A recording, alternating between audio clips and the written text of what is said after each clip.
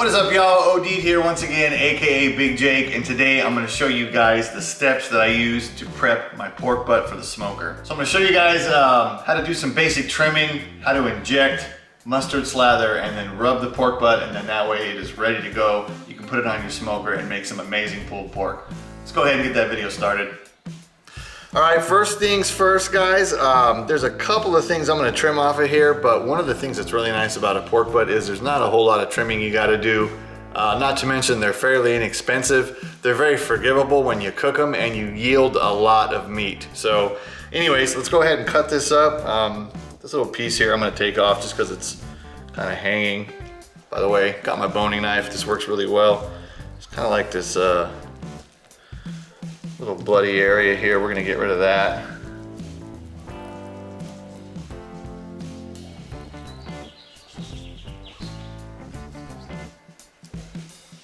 And honestly, that's about it. From this side, let's flip it over.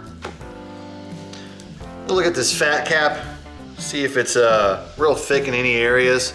This little edge right here I'm gonna cut off. But most of this is about a 1/4 inch or less, maybe just a little bit of this edge here I'm gonna take off. And of course, if you were doing competition, you could kind of like cut some of the pieces out to highlight the money muscle, if you will. But yeah, this isn't competition, this is just for backyard. This little corner over here I'm gonna take off.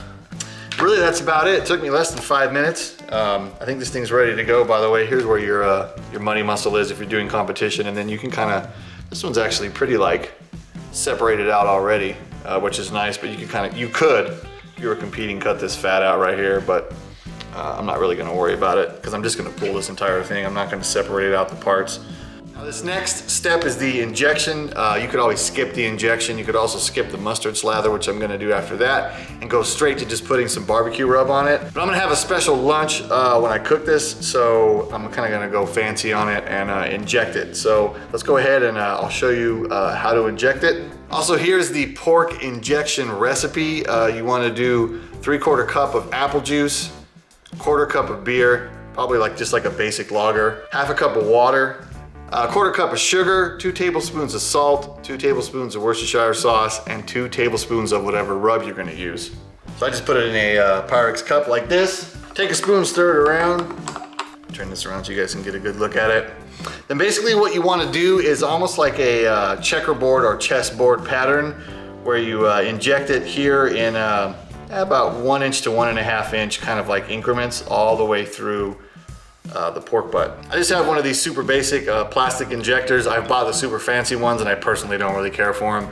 If you're doing competition or something like that, you can get a fancy one, but just for your backyard basic stuff, this works for me. So fill it up, and then the basic premise of what you want to do is inject it to almost the other end, to where the injector is sticking out the other side but not completely, and then you squirt, pull up, turn, put back in, squirt, and then every time you pull up, you don't quite go back in just as far. And then you can get kind of this little whole area here, from the bottom to the top, full of the injection. And then move over, go in. You kind of just repeat that process.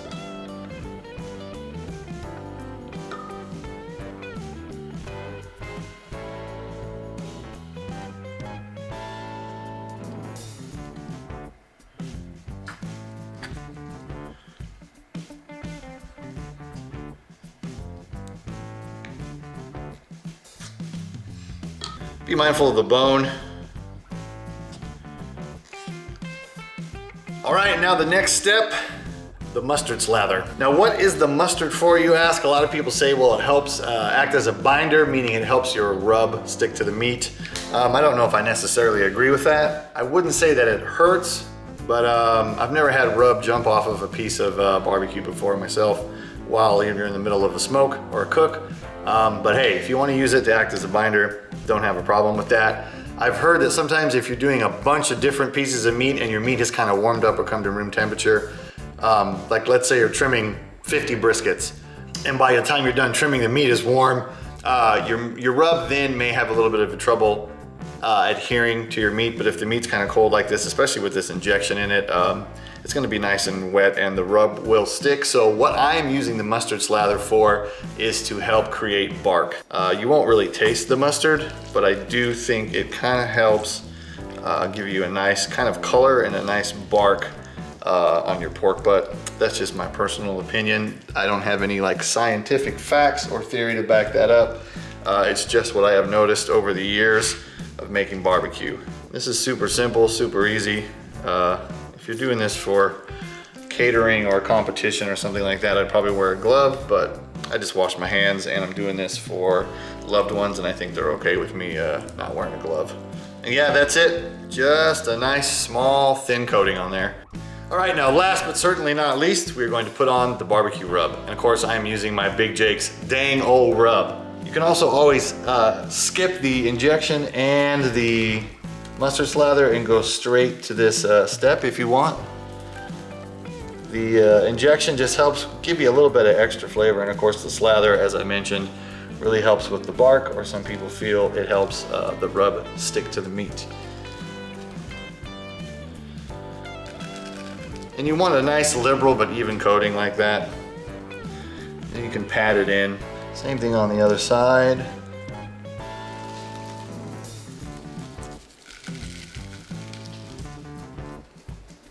Pat this in as well. Also helps if you have a shaker that has nice large holes. Of course, do the sides.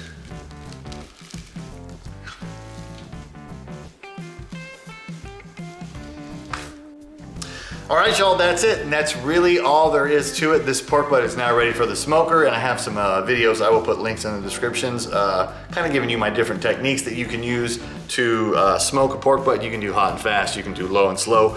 The one thing that's really cool about a pork butt is it is extremely forgiving, meaning they're pretty hard to mess up. So yeah, I personally really like hot and fast. I think it renders off the fat well and you save time, but you can go low and slow as well.